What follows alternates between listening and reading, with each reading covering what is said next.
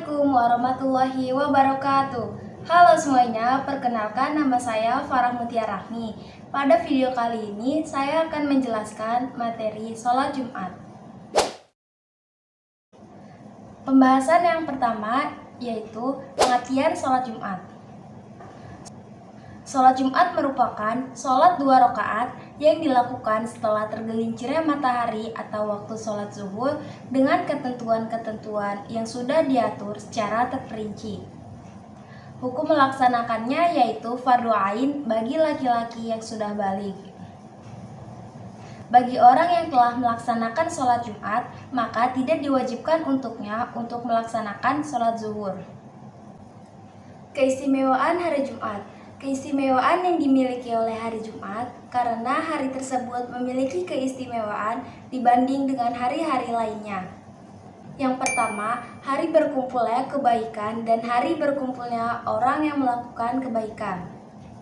Yang kedua, hari diciptakannya Nabi Adam alaihissalam.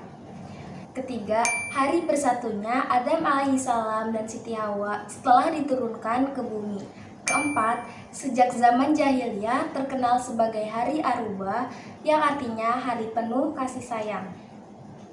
Yang kelima, sebaik-baiknya hari yang disinari matahari. Yang keenam, hari yang Allah SWT mengampuni 600.000 penghuni neraka. Ketujuh, hari yang dijanjikan bagi orang yang meninggal di hari tersebut, maka Allah SWT akan mencatat baginya pahala meninggal di jalan Allah dan dijaga dari siksa kubur. Pembahasan yang kedua yaitu dasar hukum sholat Jumat. Hadis yang menjelaskan kedudukan hari Jumat sebagai hari terbaik dibanding hari lainnya berdasarkan hadis Nabi yang artinya hari Jumat adalah tuannya semua hari dan bagi Allah merupakan hari yang agung. Di mata Allah, hari Jumat lebih agung dari hari Idul Fitri dan hari Idul Adha. Hadis riwayat Ibnu Majah. Kemudian ayat yang menjelaskan untuk meninggalkan pekerjaan apapun ketika sholat Jumat hendak dilaksanakan, yaitu firman Allah dalam surat Al-Jumu'ah ayat 9 yang artinya, hai orang-orang yang beriman, apabila diseru untuk menunaikan sholat Jumat, maka bersegeralah kamu mengingat Allah dan tinggalkanlah jual beli. Selanjutnya, wajib melaksanakan sholat Jumat bagi laki-laki yang sudah baligh tanpa terkecuali, sesuai dengan sabda Nabi yang artinya, pergi menunaikan sholat Jumat wajib bagi semua laki-laki yang sudah memasuki usia baligh. Hadis riwayat An-Nasai dan Abu Daud. Selanjutnya, Rasulullah memperingatkan laki-laki yang meninggalkan sholat Jumat dengan sengaja akan berkarakter tidak disiplin. Sesuai dengan hadis Nabi yang artinya, siapapun yang meninggalkan sholat Jumat 3 kali berturut-turut dengan perasaan remeh, Allah akan jadikan kebiasaan itu berada dalam hatinya. Hadis riwayat 5 Imam Hadis. Selanjutnya yang terakhir memperkuat hadis sebelumnya bahwa sholat subuh, isya, dan asar sangat dianjurkan untuk dilakukan dengan berjamaah. Rasulullah Shallallahu Alaihi Wasallam bersabda yang artinya, aku berniat menyuruh laki-laki untuk sholat Jumat, lalu aku akan membakar rumah-rumah orang yang meninggalkan sholat Jumat. Hadis riwayat Muslim dan Ahmad. Pembahasan yang ketiga yaitu syarat sah dan syarat wajib sholat Jumat. Syarat wajib merupakan ketentuan yang munculnya hukum fardu ain melaksanakan sholat Jumat. Syarat wajib harus dipenuhi sebelum pelaksanaan sholat dimulai. Sedangkan syarat sah merupakan ketentuan-ketentuan yang menyebabkan diterimanya sholat Jumat. Syarat sah harus dipenuhi selama pelaksanaan sholat Jumat berlangsung. Terdapat 2 pendapat mengenai syarat sah dan syarat wajib sholat Jumat. Pendapat pertama berdasarkan kitab Safinatun Najah dan pendapat kedua berdasarkan kitab Matan Takrib. Dari 2 pendapat tersebut dapat disimpulkan sebagai berikut. Syarat wajib sholat Jumat meliputi yang pertama, Islam. Tidak sah sholat Jumatnya orang kafir. Yang kedua, merdeka. Tidak sah sholat Jumat bagi hamba sahaya atau budak.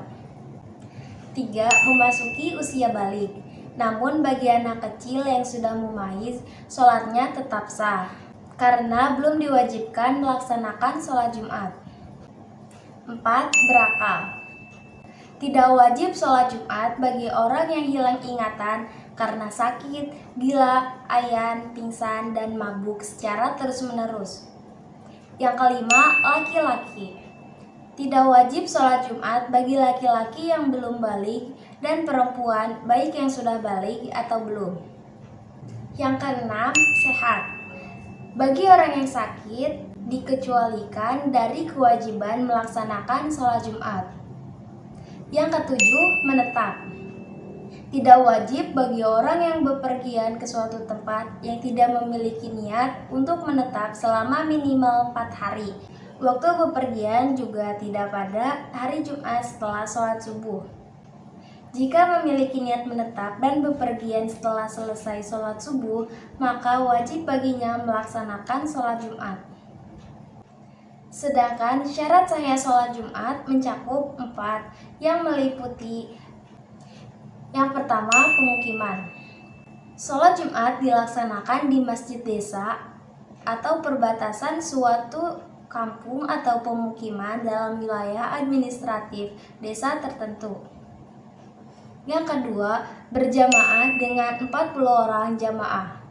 Tidak sah sholat Jumat jika jamaahnya yang termasuk imam sholat kurang dari 40 orang. Yang ketiga, dilaksanakan pada waktu sholat zuhur, yaitu mulai tergelincirnya matahari hingga memasuki waktu sholat asar. Yang keempat, tidak terdapat 2 sholat Jumat dalam waktu bersamaan.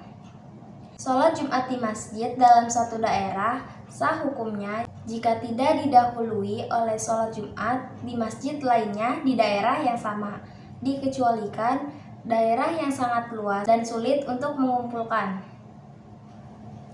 Pembahasan yang terakhir yaitu hikmah sholat Jumat. Orang yang mengerjakan sholat satu Jumat ke Jumat berikutnya, maka hari-harinya di antara 2 Jumat tersebut akan mendapatkan ampunan dari Allah Subhanahu wa Ta'ala. Memperkuat kandungan hadis sebelumnya tentang orang yang melaksanakan sholat satu Jumat ke Jumat berikutnya, ia akan mendapatkan ampunan pada hari-hari di antara 2 Jumat tersebut ditambah 3 hari sesudahnya.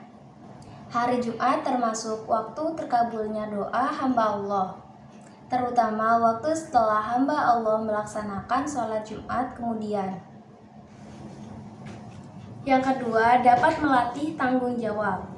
Dalam kata fas'au dalam Quran Surat Al-Jumu'ah ayat 9, secara bahasa memiliki arti bersegeralah kalian semua untuk bersiap-siap dan melaksanakan sholat Jumat.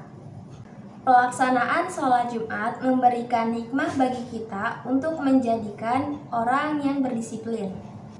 Jika kita secara terus-menerus datang tepat waktu dalam pelaksanaan sholat Jumat, maka akan membentuk kepribadian kita sebagai orang yang disiplin dengan tidak mudah menunda tugas-tugas sekolah.